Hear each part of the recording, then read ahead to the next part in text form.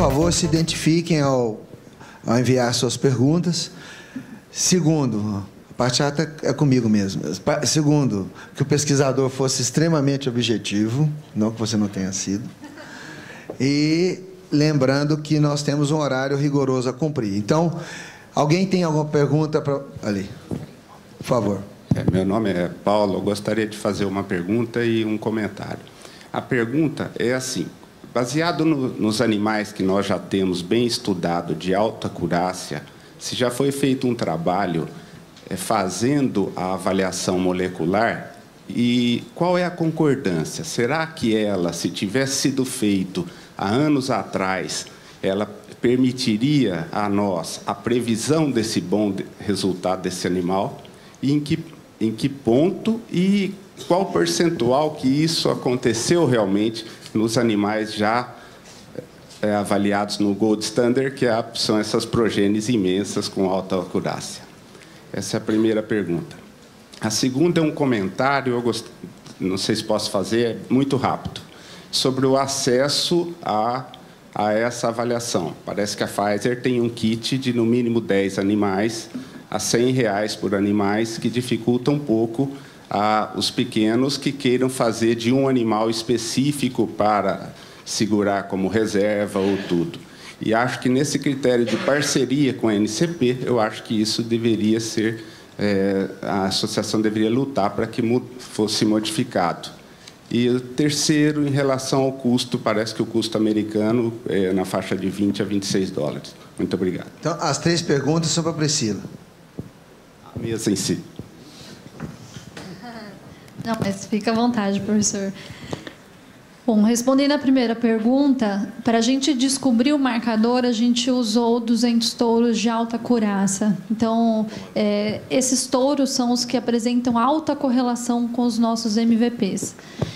Inicialmente, em 2010 mesmo, a gente chegou a fazer um estudo comparando a reprodução programada, a DEP do animal quando ele entrou na reprodução programada e a DEP do animal atual. Vamos dizer assim, por exemplo, eu vou pegar uns touros que participaram da reprodução programada em 2005 e a DEP atual dele. E a gente fez um estudo. Então, a gente viu que a correlação hoje com a DEP atual do animal é muito maior do que a correlação quando o animal era jovem e participou do teste de progênie, né? Então, a gente chegou a fazer esse estudo.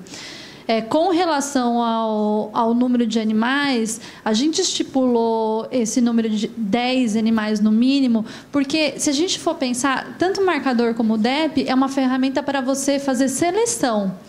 Então, se você fizer de um animal, talvez essa resposta não seja tão boa. Você precisa o quê? Fazer um grupo de animais para que você tenha uma escolha, uma ferramenta de escolha dos animais. Então, a DEP, o marcador, não é uma ferramenta para falar, não, o meu animal é realmente bom. E sim, dentro dos animais que eu tenho, qual é o melhor animal para aquilo que eu desejo, né? Então, a gente vê que é uma ferramenta de seleção. Mas cada caso pode ser analisado individualmente também.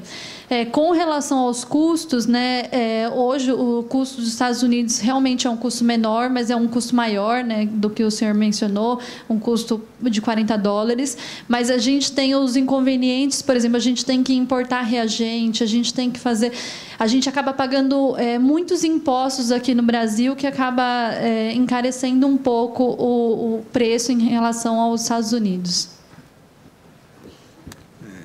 O professor Razildo gostaria de fazer uma parte da sua resposta aí? Não, concordo plenamente com o que ela falou. Eu queria só adicionar um pouco. Pelo que eu entendi, o que o senhor perguntou também foi com relação se já tem trabalhos mostrando essa correlação entre esses marcadores moleculares, as DEP, marcadores moleculares, e em touros de alta acurácia. Nós fizemos algumas correlações, mas, como eu falei, o trabalho está começando.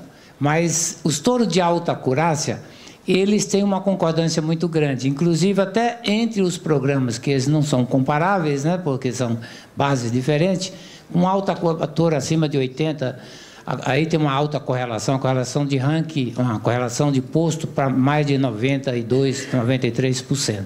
Então, esses trabalhos, mais adiante, nós vamos poder está dizendo, olha, o animal, quando tinha 6 meses, ele fez o marcador, foi calculada a DEP predita, e, evidentemente, o quanto que isso aí mudou. Mas, no momento, nós não temos. Eu vou tentar dar uma... Quem? Eu queria fazer uma colocação. Bom, acho que o maior obstáculo para se fazer... Desculpa, para o professor Joanir, para fazer a seleção para precocidade sexual é manejo e também um grande entrave é a estação de monta, como ele mesmo colocou. Se seria viável estabelecer alguma medida ou através da detecção de cio nessas novilhas, ou uma medida de ultrassom, uma avaliação por ultrassom nos ovários das novilhas nessa idade, se isso seria viável para se obter uma medida confiável, até um cálculo de DEP para isso. Ok. Olha, as coisas quando começaram, existia quase que um fato preconcebido, ou seja, um certo preconceito. Se não fizesse exatamente a pasto, como foi feito, poderia haver alguma reclamação no sentido de dizer, está fazendo desse jeito porque a população tal está submetida a uma alimentação diferenciada, coisas desse tipo. Então, procurou-se fazer no padrão básico, padrão simples, que era pegar as novilhas, colocar exatamente do jeito que elas estavam no momento da estação de monta, só que num pasto de boa qualidade, mas em pasto sem fazer nenhuma outra tecnologia, sem usar nenhuma tecnologia. Hoje já se fala de uma série de coisas, até de suplementação, de fazer uma certa suplementação das novilhas, das bezerras, para que elas emprenhem, talvez não aumentasse nem tanto assim a taxa de prenhez, mas que elas pudessem emprenhar mais cedo na estação de monta, as próprias precoces, emprenhar antes, para não atrapalhar depois a reconcepção. Então, eu acho que esse tipo de coisa pode ser utilizada sim, né? Desde que cada coisa esteja com os lotes bem definidos. Quer dizer, então, se faz a utilização de alguma tecnologia, né, seja utilizar ultrassom, o que for, mas que faça dentro de lotes específicos, né, que a comparação seja dentro de lote, não vai ter problema nenhum. Eu não acredito que tenha problema. Só vai aumentar essa taxa, talvez melhorar, inclusive, o custo-benefício, no sentido de que você faz uma estação de monta de precoce e não obtém apenas 16%, como é aquele caso, mas passa para 25%, 30%, né? Então seria benéfico. Se eu entendi bem, né, a pergunta, eu acho que é isso. Eu acho que o fato de... A comparação tem que ser adequada, ou seja, dentro de lotes. Se tudo estiver dentro de lote para comparar, está tranquilo, não tem problema. Bom, só para a gente... Está muito profícua a discussão, só para a gente conduzir melhor, dentro do tema do Joanir, o Balbino gostaria de fazer um comentário só para complementar essa questão que o Cadão fez aí. Obrigado. Era para complementar que eu tinha uma colocação que veio em relação a isso também, aproveitando o gancho.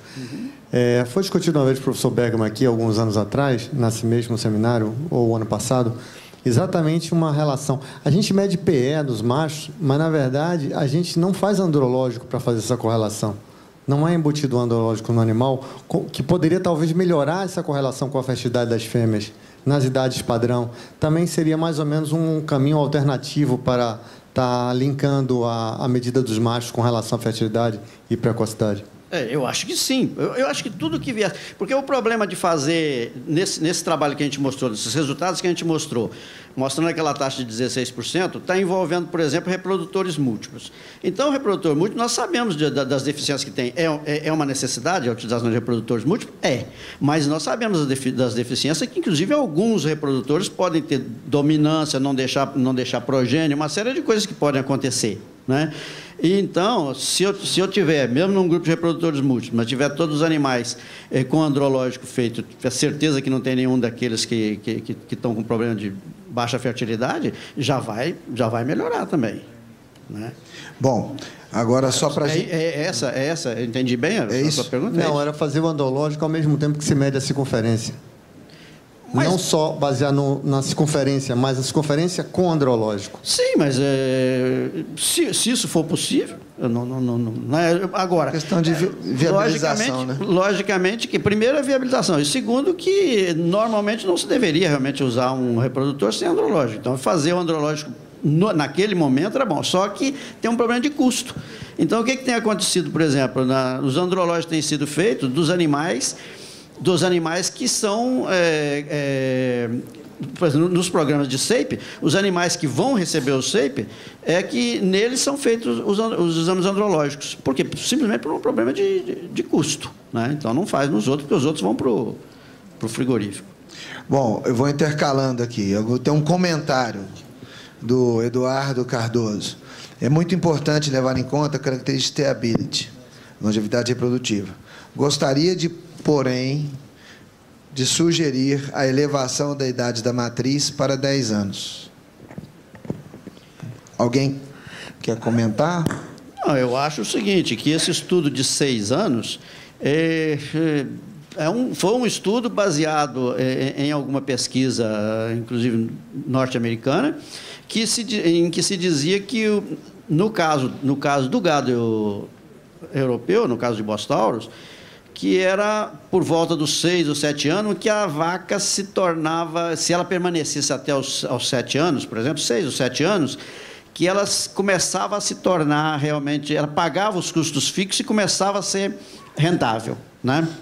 Agora, carece realmente, principalmente no zebu, carece de um estudo mais aprofundado, no mesmo tipo de estudo que se faz para quando vai fazer os índices de seleção, de saber os custos e o lucro líquido, por exemplo. Então, eu acho que realmente carece de estudo. Eu não posso afirmar 10 anos, mas talvez que se mude de 6 para 7. O grande problema é o seguinte, alguns trabalhos têm mostrado que as herdabilidades, no caso da steability, são maiores quando eu pego uma idade menor, 5 anos.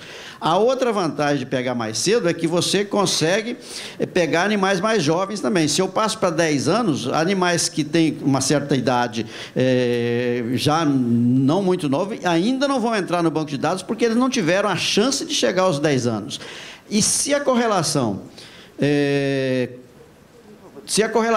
para uma stayability calculada para 5 anos, 6 anos, 7, por exemplo, se a correlação é alta, é preferível fazer mais cedo. É preferível se estabelecer 5 anos do que talvez até 6.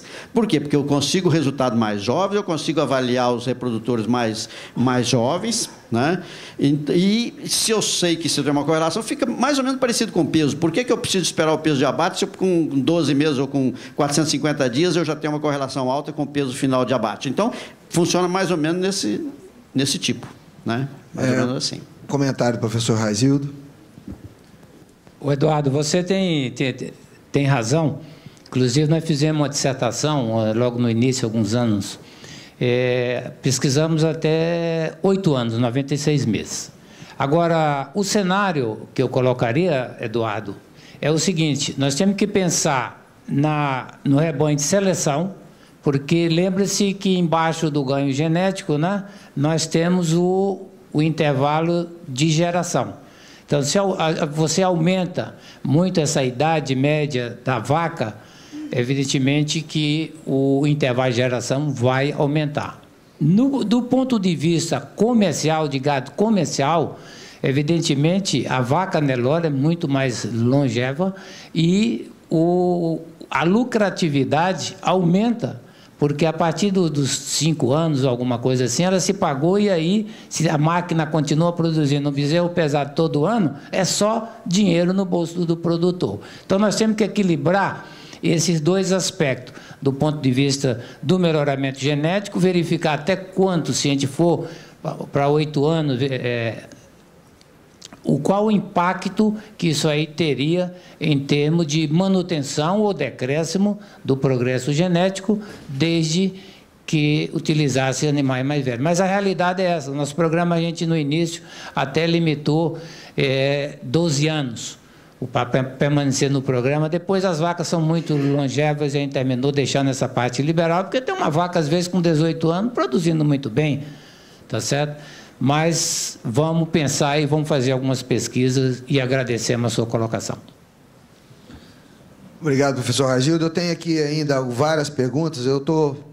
Nós temos mais 10 minutos, então eu quero pegar mais 4 perguntas e pediria que todo mundo respondesse bem objetivamente. Eu vou tentar misturar aqui os temas. Um pouco mais de pesquisa aqui. Priscila, você mostrou que os pesos econômicos apresentam unidades variadas. Essa falta de padronização, na sua opinião, não pode afetar o componente de um índice de seleção? Pergunta, Fernando Brito Lopes, Embrapa. Acho que essa pergunta é importante para esclarecer. Na verdade, as características que têm unidades diferentes, né? As características, a gente mede o peso em quilo, o perímetro escrotal em centímetro. Realmente, eu não poderia compará-las diretamente. O que a gente faz no índice? A gente já tira esse efeito de unidade. Então, quando eu pego a característica, geralmente no índice eu divido pelo desvio padrão da característica, desvio padrão genético. Como eu estou dividindo, por exemplo, pensar em peso quilo por quilo, porque o desvio padrão também é em quilo, eu tiro a unidade. Então, eu tiro esse efeito da unidade. Então, as características, na verdade, são em unidades e são expressas nessas unidades, só que quando eu coloco no índice, eu já retiro esse efeito da unidade. Certo. Agora, professor Joanir, para identificar ou ajudar na seleção para fertilidade... Oh, meu Deus, eu insisto em achar que não precisa de óculos. Para identificar ou ajudar na seleção para fertilidade, qual a mais precisa? Medidas de ultrassonografia ou pelo score visual, olhômetro? O que está escrito aqui? Mazela. Uma coisa assim, não entendi quem está a letra aqui. Quem é que fez essa pergunta? Mas, para identificar em que sentido, né? Gostaria de saber em que sentido. Porque... Para ajudar na seleção para fertilidade. Ele diz que medidas de ultrassonografias, score visual... Condição corporal, acho que é questão de score visual para fertilidade, né? Aqueles sinais... É preciso de ver até que ponto realmente esses scores visuais são correlacionados, né? E existe, realmente, se for bem avaliado, os scores podem funcionar bem. Agora, se você pode trabalhar com o ultrassom é uma medida direta, né? Não é uma medida subjetiva, é uma medida objetiva. Então, o ultrassom funcionaria bem, funcionaria melhor. O problema continua ali o problema de custo-benefício. O ultrassom não se faz totalmente ainda, simplesmente por um problema de preço, né? Ele poderia ser feito em todos. Então, não sei se... Acho que isso que é a pergunta, né? Se eu entendi bem. Bom, o professor Ragildo. Professor Ragildo, qual o motivo de ter sido observado o aumento da acurácia em parâmetros de baixa herdabilidade? Carlos Fontenelle.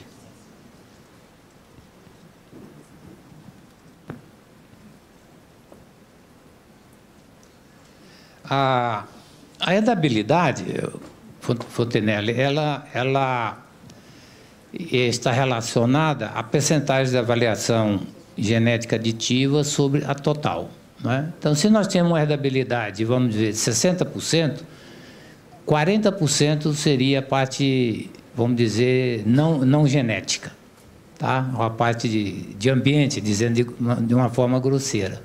Então, o marcador molecular, que ele é medido diretamente no genoma e não tem um efeito ambiente, ele vai influenciar aquelas características onde a variação genética aditiva pelo método tradicional ela é menor. Por isso que as características de baixa acurácia, de baixa herdabilidade, você tem uma resposta, vamos dizer, o marcador ele é mais importante. Você viu aí que algumas características que tinha uma com 24 e outra com 11, com a mesma mudança, ela foi bem maior em termos de importância.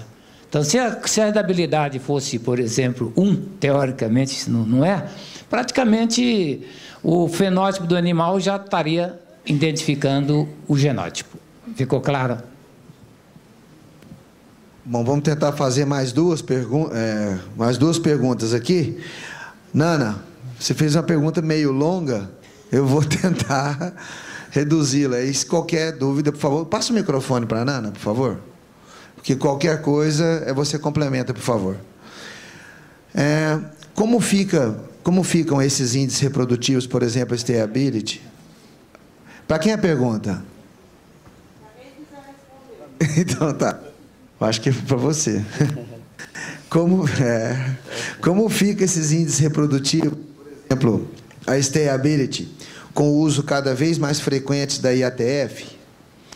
E outros métodos de indução e cio e prenhez são mascarados? E a herdabilidade? Professor Raizildo, essa quantidade de milhões de SNPs não é maior a variabilidade genética? Se sim, e a herdabilidade dessas características?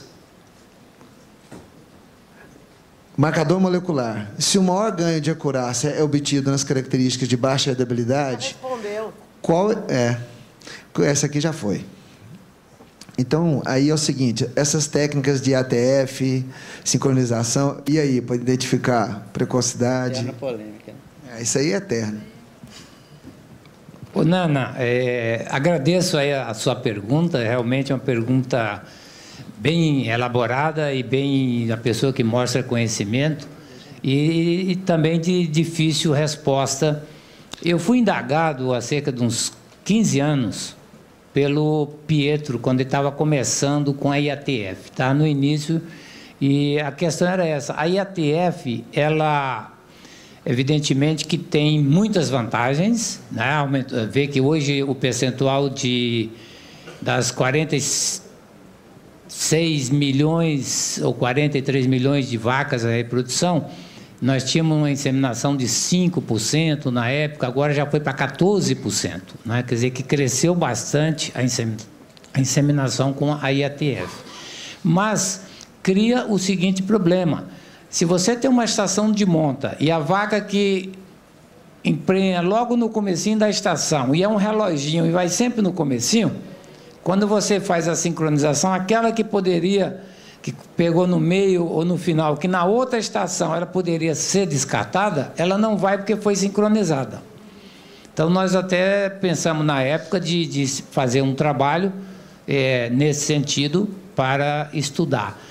Mas eu acredito que esse efeito ele pode existir, mas não é tão, vamos dizer, tão grande, dada a importância do uso da inseminação artificial, agora numa escala bastante larga, ampla, desde que estejamos usando os touros melhorantes, touros de alto valor genético, touros testados. Consequentemente, aqui tem várias pessoas da área de reprodução que podem assim, dar mais detalhes sobre isso, mas eu não conheço nenhum trabalho mostrando esse impacto que esse efeito de fazer essa sincronização, ela termina atrapalhando o melhoramento genético. A gente tem, assim, essa dúvida. Então, esse foi o primeiro ponto, né? Não sei se tem mais algum. Não, a outra é a questão dos SNPs ser 10 milhões, que eu acho que é muita coisa para... É uma variação muito grande, então a gente, às vezes, trabalha e não sei nem onde que a gente vai chegar, né? Mas essa questão da IATF, assim, é uma questão que me preocupa, que eu até utilizo tudo também. Acho que muita gente... Cada vez mais nós vamos passar a utilizar ela, que é uma ferramenta que eu acho que vem para ajudar bastante a gente na produtividade da fazenda, do criador. Mas me preocupa essa parte, assim, a gente fica analisando os dados reprodutivos dessas vacas. Como é que ficam? Ficam seguros? Não ficam seguros? Essa vaca ia parir? Não ia parir? Ia ser descartada? Não ia ser descartada? Essas novilhas são realmente precoces? Não são precoces? Então, assim, preocupa, professor, porque a gente trabalha, avalia um monte de coisa, levanta um monte de coisa, e as técnicas vão mudando também, graças a Deus, né? A gente vai progredindo. E aí você pensa, vou usar a DEP para isso, mas o programa em geral usa IATF para fertilidade, para suas vacas, e você vai trabalhar em cima de stability, né? Até onde essa DEP não está mascarada com isso? Então é um questionamento. Tá certo. Eu sei que seus pontos são importantes. Eu vou comentar só com relação aos SNP. Os 10 milhões de SNP que tem no Zebu é uma fábula, é uma coisa fantástica para nós, porque isso aí está medindo variabilidade, etc. E para fazer seleção nós temos que ter variabilidade genética, né? Isso é muito importante para nós. Quer dizer, é um handicap muito grande para o Zebu. Só para encerrar, então, vou mais 2 comentários. É sobre o assunto. A pergunta é sobre esse assunto? Não. Não. Então, um momentito. Então, Cláudio, por favor, Nilton. Eu queria só acrescentar a indagação sobre o uso do IATF, que eu acho que se você compara os mesmos grupos nas mesmas fases, os resultados também são interessantes, que você veja que aquilo é fiel. Os animais são submetidos ao mesmo IATF, significa que a oportunidade de todas foi igual. A diferença final não vai alterar. Acho que essa é a forma que o professor Joaquim falou muito, de você analisar por lotes. Que estão dentro do mesmo tratamento. Do mesmo tratamento. Acho que essa seria um lado positivo. Certo. Como a discussão está muito profícua, vamos atrasar mais 5 minutinhos e agora nós outros vamos passar o microfone para o colega de Paraguai. Bom, eu vou pedir desculpa por meu portanhol, mas vou falar em espanhol, que vai ser muito mais claro para o professor Raisildo. Eu queria perguntar ao professor, referente ao intervalo generacional que você falou, sobre uma pergunta de aumentar a idade de 6 a 10 años, ¿considera usted que en el caso de que un rebaño de 1.000 o 4.000 cabezas, ese rebaño de hembras, de fémeas, cuando llegan a los 6 años, las que sobrepasen esa edad van a ser muy reducidas porcentualmente dentro del rebaño?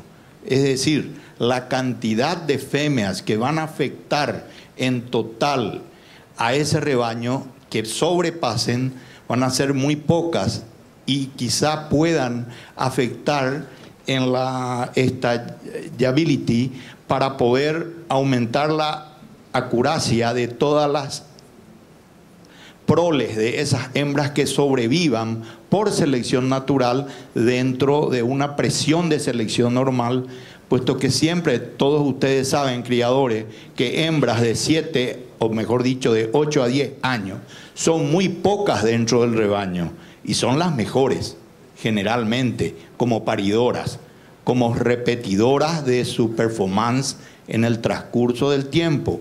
Por eso mi pregunta es, ¿será que afectan mucho en ese intervalo generacional solo un pequeño rebaño porcentual en el total de las fêmeas del rebaño? Esa es mi pregunta. Graças pela sua pergunta. Eu vou ver se eu entendi. Nós não temos assim uma pesquisa, vai ser motivo da gente fazer uma pesquisa nesse sentido, para verificar essa relação entre a quantidade de animais que passam os 6 anos ou os 8 anos e vai afetar o intervalo de gerações, né? Aqui no rebanho brasileiro existem muitos animais bons com mais de 10, 12 anos, né, em Nelore. Então, nós precisaríamos estar olhando o ganho genético, que tem a herdabilidade diferencial de seleção, dividido pelo intervalo de geração, e verificar qual o impacto que traria positivo ou negativo para a seleção. É algo, na minha opinião, que precisaria ter estudo. Vou deixar também que o professor Joani se manifeste, eu particularmente acredito que o impacto pode não ser grande, desde que você use touros jovens para acasalar com essas vacas. Então, há uma resistência bastante grande, a gente vê ainda, hoje a gente tem uma satisfação de, na década de 70, 80, eu não via touro nas centrais, além de serem velhos, não tinha avaliação genética, hoje já tem quase 100% de avaliação genética, é um negócio fantástico. Eu, particularmente, acho que nós temos que reduzir um pouco a idade desses touros nas centrais, mas é o próprio mercado que vai estar ditando isso aí, porque quando se usa 2, 3 touros jovens, mesmo de acurácia de 30% a 40%, nós chegamos a uma acurácia média a mais de 60%. E nós estamos falando em acurácia bife. Uma acurácia bife de 60%, que é muito conservadora, ela corresponde a 85%, 90% na acurácia real. Então, tudo isso são fatores que temos que ponderar. Professor Adildo, eu fico um pouco na dúvida com as perguntas que estão sendo feitas, porque se a gente está realmente entendendo o que está sendo dito. Porque uma coisa é fazer o cálculo da stability com base em 6 anos ou mais e menos de 6 anos. A outra coisa é descartar ou não descartar fêmeas com certa idade. São coisas diferentes. Né? Quando se faz o cálculo da stability, só dizendo, olha, a vaca é zero, ou seja, é uma vaca descartada, então recebe o zero, dizendo que ela não é um animal que não é bom, né? Porque não atingiu os 6 anos, foi descartada antes dos 6 anos, é uma coisa, porque a outra é 6 anos ou mais. Quer dizer, quem passou dos 6 anos significa que pagou seus custos e está dando lucro. Né? Esse é o cálculo para se fazer para o animal permaneça ou não permaneça no rebanho, se o animal é produtivo, se o animal não é produtivo. Agora, com relação ao descarte, é outra história. Os programas que a gente conhece de melhoramento não estão descartando realmente vacas boas, produtivas, que permaneçam no rebanho, às vezes com 18 anos e produzindo um bezerro todo ano, elas não estão sendo descartadas. São poucas? São. Né? A gente tem, dentro de uma população enorme que a gente trabalha, deve ter umas 2 ou 3 que pariram com 22 anos. Né? E depois vai aumentando um pouquinho mais de lá para cá. Mas são coisas diferentes. Né? Definir o descarte, em que idade vai ser descartado, é um outro estudo, é um outro trabalho, que não é relacionado com esse cálculo da stability de 6 anos que a gente está fazendo. Né? Eu acho que eu estou tentando entender, né, se isso é mais ou menos esse raciocínio que eu estou fazendo. Solo yo me refería a la perpetuidad de mantener ese tipo de animales dentro pequeño lote para perpetuar dentro del rebaño esas características obviamente buenas, nada mais, a isso me referia. Isso é realmente, então é do jeito que eu estou falando mesmo, ou seja, é outra coisa, é outra discussão, né? Mas realmente precisava de um estudo de impacto nesse que o professor Adildo falou, porque realmente são poucas. Agora, em sã consciência, de um modo geral nos programas, o criador que tem uma vaca muito boa, produzindo um bezerro bom todo ano, ele não descarta só porque ela atingiu uma certa idade, né? Não tem acontecido isso.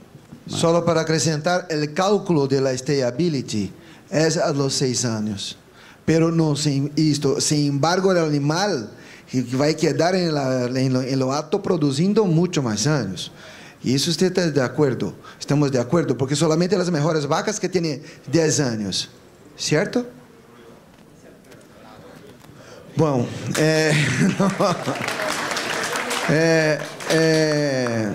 só para finalizar com chave de ouro, agora vai ficar bom. Priscila, foi criado um culto aos animais de alto MGT. E hoje podemos ter altos valores de MGT e baixo índice reprodutivo Pfizer. Como o criador deve lidar com isso? Eu vou dar aqui minha opinião, depois se o professor Reis quiser falar, também fica à vontade. Quanto a esse culto do MGT, realmente, né, hoje a gente vê que existe, então se a gente assiste os leilões, vai em algum leilão, o leiloeiro mesmo fica falando, não, esse animal é top 01, como se isso fosse o mais importante, né? E Mas esse culto também, o MGT, acho que ajudou muito a popularizar a avaliação genética e facilitar o trabalho do criador, porque o índice nada mais é do que uma ponderação das características. Então, você consegue selecionar todas ao mesmo tempo. Isso facilita ao criador, né? Com relação ao... Pode existir, né? Por exemplo, pode existir realmente um animal que ele é bom no MGT e ele não é bom no nosso índice reprodutivo. Isso é uma coisa que acontece. Por quê? Porque as características que a gente está avaliando dentro de cada índice são diferentes. Enquanto aqui nós estamos privilegiando 100% reprodução, na NCP a gente viu que o MGT 40% é peso e 60% é habilidade materna e reprodução. Então, a gente pode haver com... Essa situação ocorre. Agora, como o criador deve lidar com isso, eu acredito que depende muito do objetivo de seleção de cada fazenda. Então, porque isso é muito particular de cada fazenda. Se você deseja melhorar a parte reprodutiva das suas fêmeas, talvez o índice da Pfizer seja mais adequado. Então, se você deseja melhorar outras características, talvez o MGT seja mais adequado. Então, depende muito de uma análise da fazenda e o que a fazenda precisa melhorar. E aí, sim, decidir qual índice a fazenda deve seguir, né? E é o que eu também já mencionei. Não satisfeito com o MGT ou com o índice Pfizer, a fazenda pode calcular o próprio índice, né? Então, tem essas várias situações. Obrigado, Priscila. A última. E a última, a gente tem que realmente encerrar. Complementando a resposta, o MGT realmente foi um parâmetro inicial, um índice inicial para estabelecer um ranking, permitir uma comparação e tudo mais. Mas a gente não deve esquecer também que a própria ANCP, ela de uma forma pioneira, lançou, né, o MGC, o mérito genético do criador, onde o peso dessas características elas podem ser ajustadas conforme a necessidade do rebanho.